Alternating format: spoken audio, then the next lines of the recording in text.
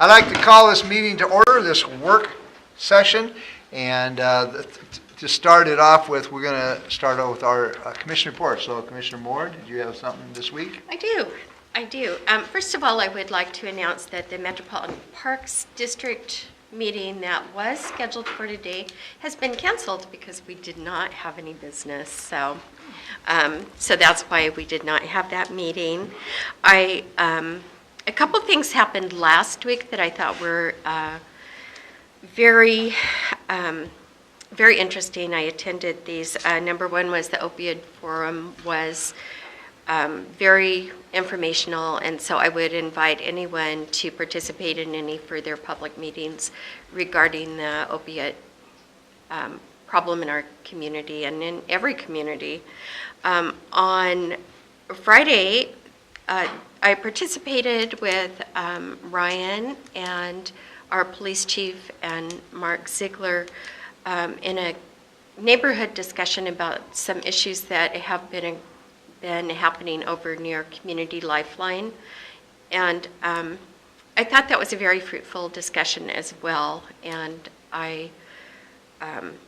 we have a road ahead of us to deal with that issue and with those problems, but I think that by working together, sounds like we have cooperation between different entities that are affected by the problems that are there.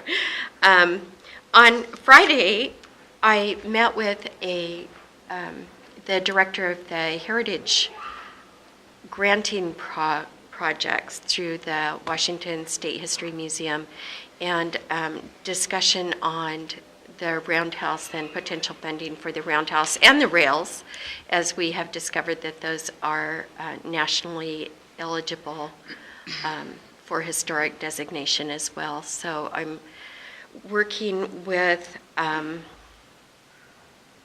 some railroad consultants who are helping immensely in giving me tools for speaking the language that we will need to move forward with this project as far as creating and maintaining freight mobility, or the option for that on the Simpson rails. So I'm very grateful for that. That's taking up a lot of my time recently. This week, this afternoon I had a meeting with the Shark Group, which, as you probably know, is the group that is working to build a Shelton Recreation Center. And I'm on the communications committee for that. So we had a meeting today and discussed how to move forward with that. Tomorrow I will be at the library at 1 o'clock registering voters for League of Women Voters. It's a volunteer project they do every year, so we'll get everyone registered to vote. On Thursday, I have a meeting with a representative from Republic Recycling, so I'm looking forward to that. And then on Friday, Off the Walls has a grand opening at the corner of 7th and Railroad in the old mortuary building. Shelley has moved her business over there along with a couple of her partners, and if you haven't been in there, it's awesome. It looks great. So that's it for this week. Did you say Friday or Saturday? Friday. This is Saturday. Oh. It's the 30th. Okay, it's Saturday, Yes. the 30th. Yeah. I will be there. Okay. Okay, Kathy McDowell. I have my Mason County Board of Health meeting tomorrow afternoon, and Tuesday evening I will be attending the local candidates to meet them and listen to them. They're going to be at the Union Fire Hall in Union, so that should be interesting. Memorial Hall Committee Board on Wednesday morning, and Friday night I will be attending the 25th anniversary of Sound Learning open house from 6 to 8 in their building on Railroad. Oh, I will be there as well. And then Saturday I'll be at the grand opening for Off the Walls also. That's my week. All right, and this is the last week of the month. Usually all of my board meetings are during the first 3 weeks, and so other than a staff briefing, I have nothing on my schedule this week. That concludes our weekly commission reports. And next is general public comment. Do we have somebody signed in? We do. Okay. Forrest Cooper. Thank you very much, Commission. Mayor Cronce. I'm Forrest Cooper, 409 West Railroad and 807 South 14th. Today I would like to address a concern I've had all week to contemplate, dwell on, and hopefully not blow out of proportion. The removal of the second general comment period from the meeting agenda. I would have commented last week when the issue was fresh, however, just learning about it at the meeting left no opportunity to question it. Instead, I've had to wait an entire week to approach this situation and use the only opportunity to voice a concern at this meeting. Hopefully there are no issues I might be able to contribute to today, as I am already using my 3 minutes to address this previous concern. Now you might ask, what do other cities do? Please remember, we're the only 3-person city commission in the state, and we should look at our uniquenesses and strengths. As the state's open public meeting laws prohibit any 2 of our commissioners from communicating on city issues in private, it is a benefit to allow the public opportunity to weigh in on the decision-making process before commissioners have had the chance to formulate their own opinions or bias. Providing information or data to the commissioners as early as possible will only help them to make good decisions for the community, and I personally have been acknowledged by some of the commissioners for my quick and efficient presentation of information and opinions. I strongly feel if I, as a member of the public, am forced to wait 1 week to weigh in on an issue, the constructive intent of my comment will be perceived with a negative intent or even opposition to this commission. Another valuable position is for the media. Numerous times in the past when an issue is reported, public comment on the issue has been included in the article, encouraging a sense of community involvement. If the public is silenced until the following week, the perceived involvement of the public is eliminated and government control is amplified. So how about have the 1 comment period at the end so the public can comment on today's issues? Well, now you have an issue of timing. Some meetings last 20 minutes, others 2.5 hours, making it difficult for the public to know the exact time of the general public comment period. I've always felt the second comment period was the appropriate time to discuss an issue on that day's agenda. The first comment period is appropriate for non-related issues, public announcements, or follow-up to previous meeting agendas. I feel there is a definite benefit to the second general public comment period, and I have utilized them equally, as they serve different purposes. Mayor Cronce has done a great job of enforcing the rules and has even cut me off a couple of times as I ran over. He also has successfully enforced the 1 topic per comment period.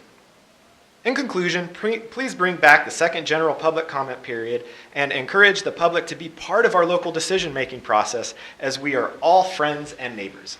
Thank you. Thank you, Mr. Cooper, and we don't usually respond to these things. I will say one thing is you were to the second on your 3 minutes. So I know you rehearsed that and how you can do that, and you've been successful in the past. Thank you very much for your comments. You can sign in if you want to. I forgot to announce Oyster Fest this weekend. This weekend? Yes, the 1st and 2nd, You're Saturday and kidding Sunday. me. No, yes, No. yes, right here. See, 30th is Well, Friday. I don't care what you 1st and wrote in 2nd. your book. I mean, no offense. It's this weekend. Gordon, is Oyster Fest this Saturday and Sunday? It is. Gosh, well, I'm going to that for sure. Okay. Anyway. So, but thanks, because You're welcome. I got to prepare for this. You know, I got to not eat for like 3 days. No, it's a big deal with me, man. I love food. Okay, let's see. Marilyn, would you like to speak? Marilyn Vogler, 420 East Poplar. And just very quickly, in order to clear up confusion about Off the Walls Open House, if today is the 26th, the only way I can get to Friday is it being the 30th. It is the 30th. Did I say the 1st? No, you all were talking about it being on Saturday. So the Off the Wall Galleries Open House is Friday, September 30th.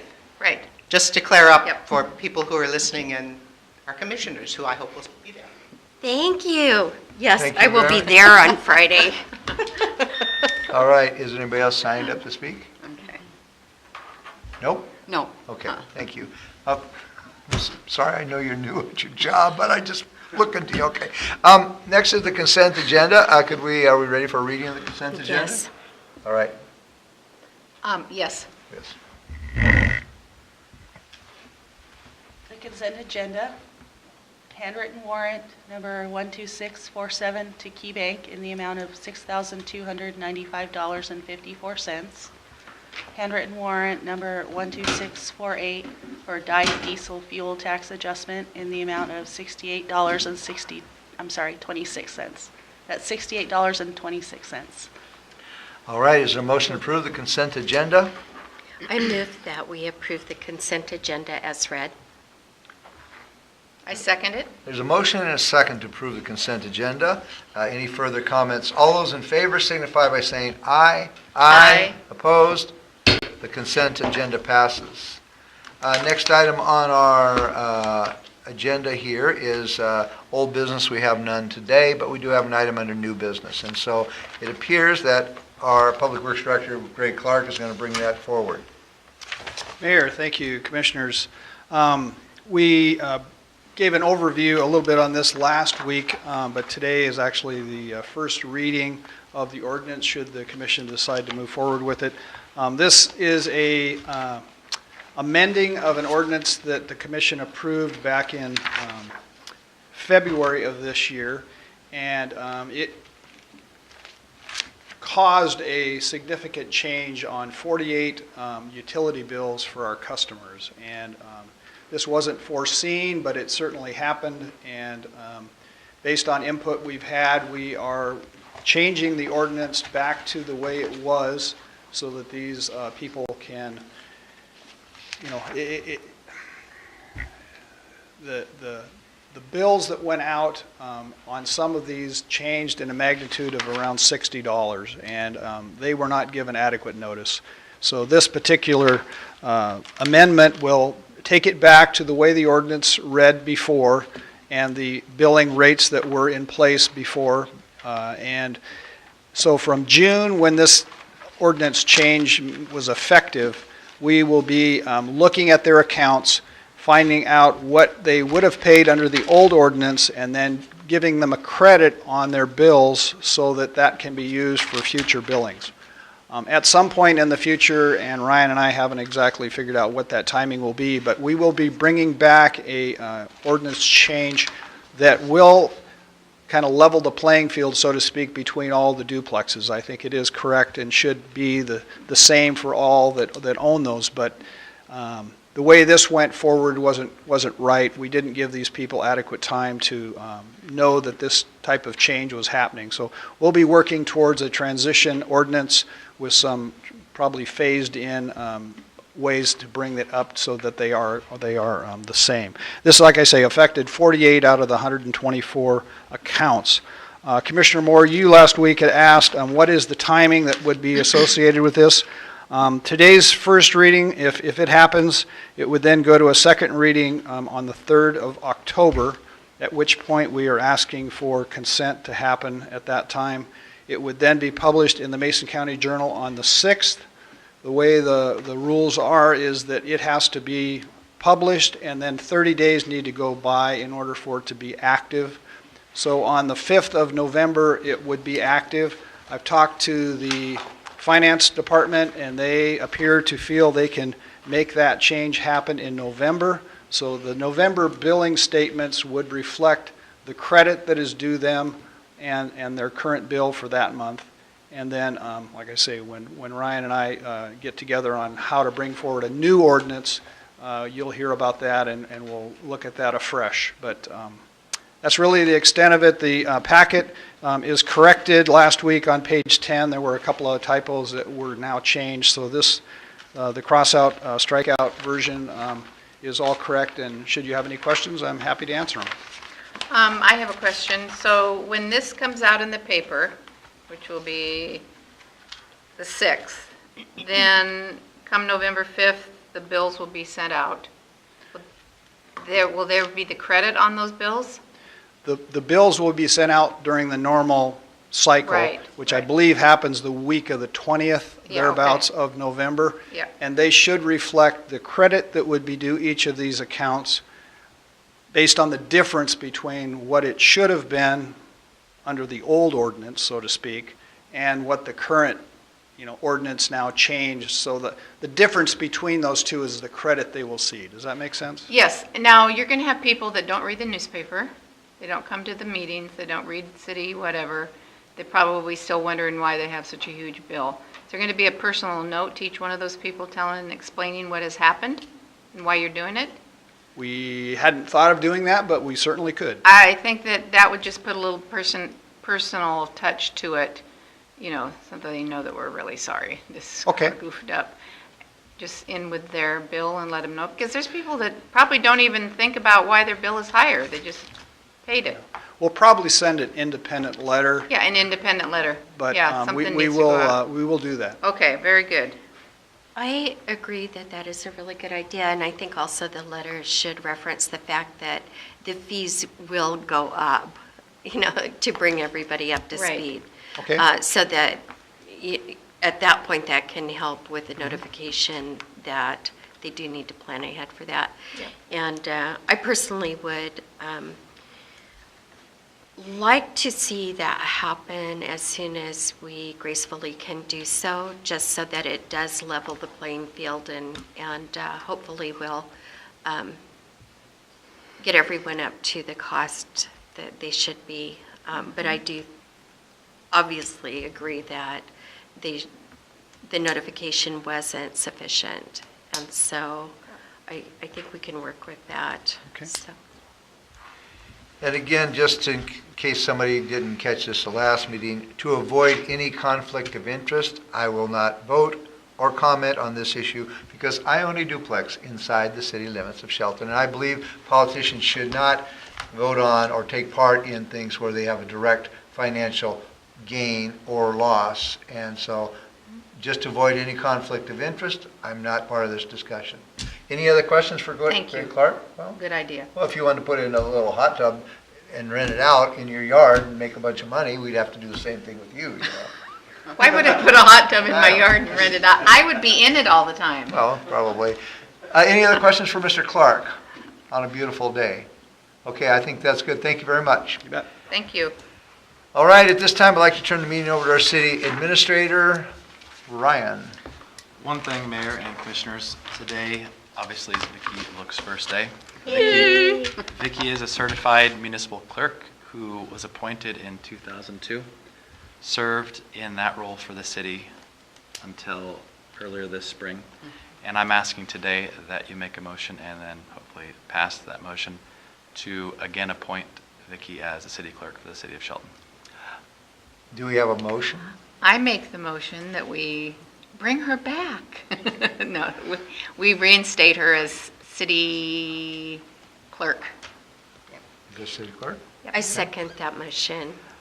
I don't think you're going to have a lot of no's on this commission for that, so I'd be happy to say at this time, all those in favor signify by saying aye. Aye. Aye. So congratulations, welcome back, thank you. I like it. It's nice to be back. Well, you were sorely missed, so there you go. We missed you. Lots of Yeah, very Mary, cool come on, we changes. There you go, we can do that. Good. Yay. All right, so Mr. Ryan, you're still, One more, can we get back to, can we do the first reading on that ordinance? oh, absolutely. Oh, thank We you. might not have did it properly. I mean, maybe we should have.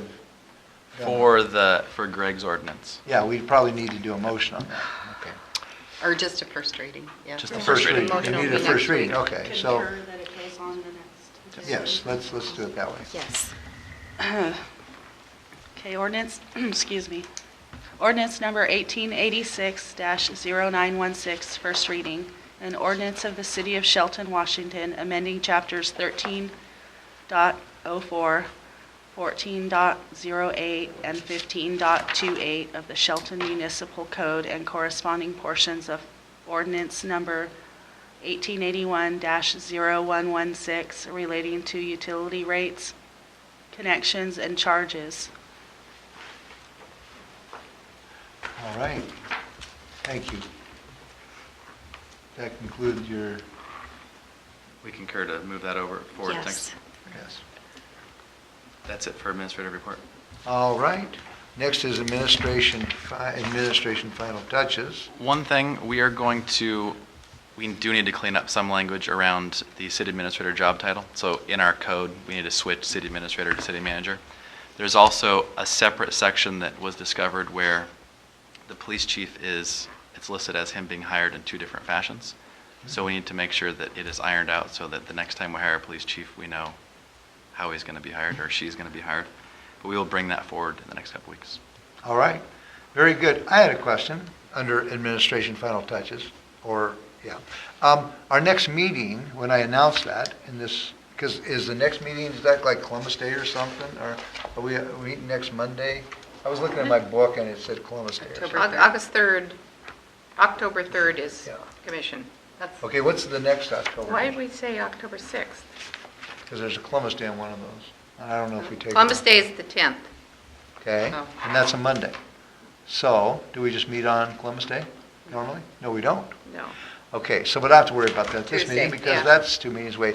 Okay, This, our next meeting will be next Monday and the evening, 6 p.m. in the evening, and this meeting is adjourned. Thank you.